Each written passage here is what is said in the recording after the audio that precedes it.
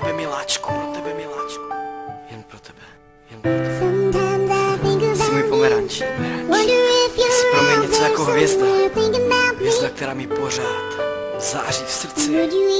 Zbožňuju tvůj úsměv, zbožňuju tvé dotyky, tebe celou, Kristýno. Pro tebe udělám vše, úplně vše, vše, co se dá. Víš proč? Protože tě miluju.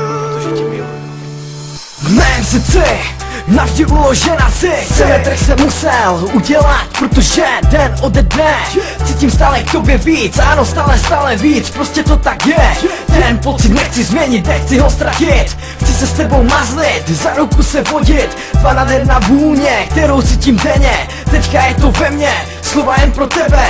Spolu zvládneme to, co se dá zvládnout. Cítím tu nádhernou lásku, je to krásný pocit vedle tebe jít a jen o naší budoucnosti snít, po boku tě stále mít. A proto s tebou do nekonečna já chci stále žít. Tvá něžná slůvka, já víc, ale ne, ty to víš, prostě já nejvíc. Tak to bude, miluju tě, budu tě milovat, budu za tvé srdce navždy bojovat. Ať na slunci nebo v dešti, ty jsi moje štěstí. Když pro tebe přijedu do FM, tak ti říkám, je to jako sen.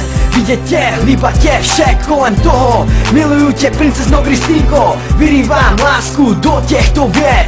Klidně ať to ví celý svět. Tohle bylo jen pro tebe, miláčku. Miluju tě den ode dne víc. Je to jako kniha, kterou si přečteš, ale ta kniha nemá konce. Prostě tě miluju a nikdy nepřestanu. Chci mít s tebou děti, život, prostě chci jen tebe.